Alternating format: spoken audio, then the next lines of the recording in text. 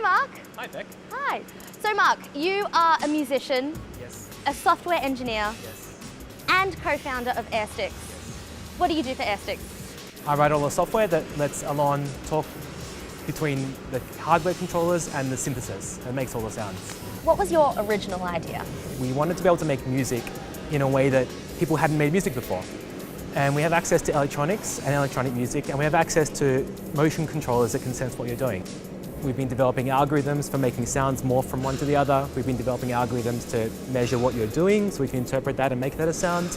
And we've been just fine-tuning that over and over as Alon performs with more and more people. When you made your first prototype, what did it look like?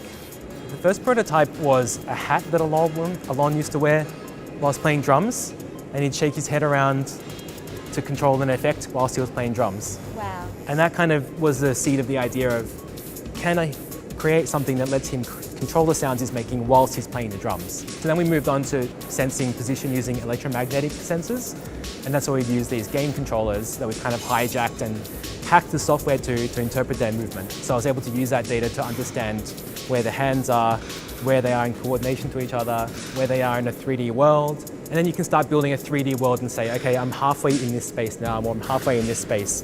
And then you can say, okay, this space is a bass drum, or this space is a snare drum, and go from there. When you're refining your software, what are some of the challenges that you face? One of the main challenges we face when we're writing software and developing things in this iterative way is that when we add a new feature, which we're doing all the time because Alon's doing a new performance or he's performing with a dancer and he wants it to work a certain way, that I don't break old features that he depends on. And that's a really classic problem in software development, and it's called regression testing.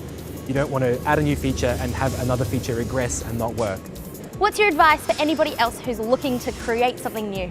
My advice is to work with as many people as possible because you never know where an interesting idea is going to come from, and get into the habit of taking feedback constructively and developing from there, and you'll go much further than if you sit around in your bedroom tinkering on your own for hours.